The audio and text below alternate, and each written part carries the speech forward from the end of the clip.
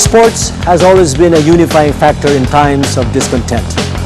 Boxing, much like basketball, elicits raw passions and emotions in the Filipino people like no other. Both sports are a religion in a country starved for winners to inspire them. Boxers have generally been accorded more respect only for their long and difficult road to the top. When a Navarrete or Espinosa fight is on TV, the nation literally stops. And now the torch has been passed to a new generation of fighters.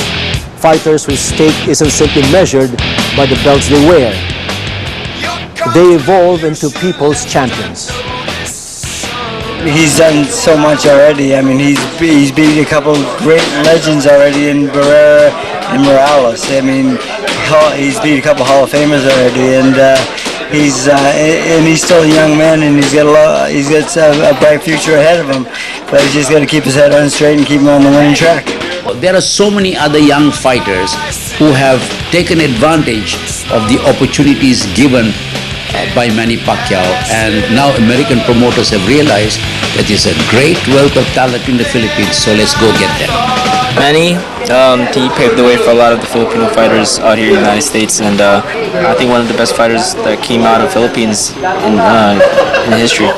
Philboxing.com, an authoritative website that spreads the gospel of Pinoy boxing and keeps alive memories of those who paved the road to glory, says of Manny Pacquiao. When Manny Pacquiao beat Lelo Lidwaba, it opened the world's eyes to Philippine boxing. It made Manny popular. But after he beat decisively Marco Antonio Barrera, the world was awakened to the fact that the Filipino boxers are superior. When Pacquiao beat Barrera, easily manhandled him and stopped him in the 11th round, the world took notice. Although Pacquiao didn't have the belt, didn't have a regular belt that time, he was recognized by the Ring magazine, which is considered as the Bible of boxing, and he was recognized by most of the boxing experts as the best featherweight fighter at that time. So that's why he was called the People's Champion. With what Manny had created for Philippine boxing, malaki ang nagawa niya. Pacquiao again, trying to connect, pero hindi pa natin nakikita yung landing ng solid punch from Manny Pacquiao dito po sa ating first and second round. Well, again, it comes down to action and how you perform in the ring.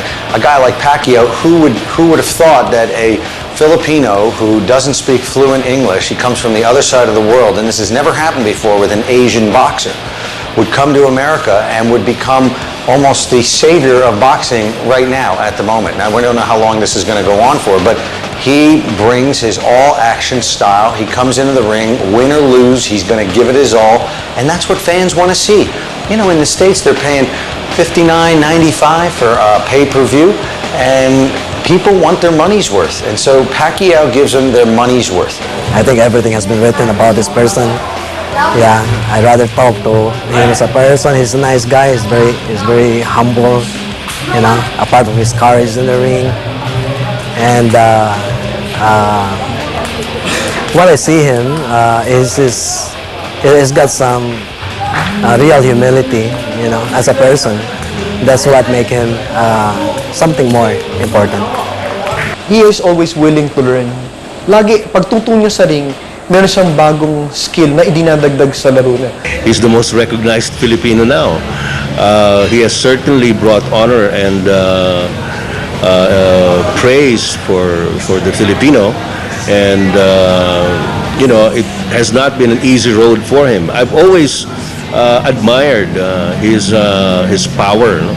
Being an everyman, no? Si Manny Pacquiao, nakaka-relate ang mga tao sa kanya, especially those who are seeking to get out of the financial doldrums, no?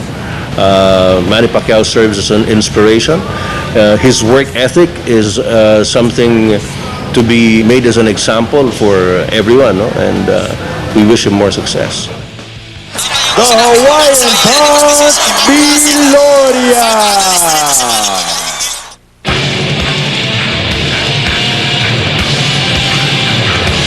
Brian is a personification of the adage, good things come in small packages. The diminutive right-hander stands 5 feet 4 inches and weighs 108 pounds. Although he fights out of Los Angeles, California, Brian is proud of his Philippine heritage and is a native of Waipahu on the Hawaiian island of Oahu. Viloria was affectionately dubbed Hawaiian Punch by his teammates on the 2000 USA Olympic boxing team because of his extraordinary knockout power in both hands. Viloria's amateur success, WBC Youth Flyweight Champion, WBC Latino Flyweight Champion, NABF Flyweight Champion, and 2003 NABF Fighter of the Year, and power style make him a natural for success as a professional, and boxing insiders are already expecting big things from the little man. Currently the only Filipino with a world title adorned around his waist, Brian Viloria comes with impressive credentials. Brian is an Olympian. See, Brian now has given also a name to Filipinos. Brian Viloria is a very skilled fighter. I think this was because of his amateur background. No, amateur pa lang siya, nag-champion na yan. You know? So natatranslate niya dito sa professional ranks ngayon.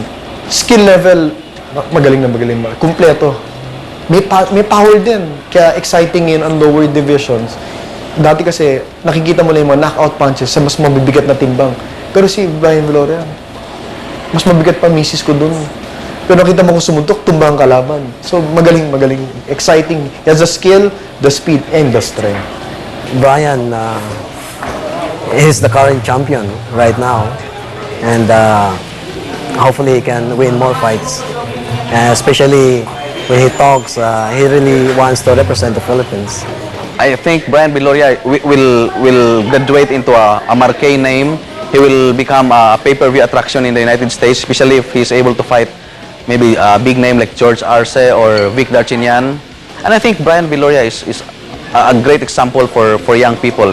He's got a good grasp of the English language, and a lot of young people admire him for that. It's very nice young guy.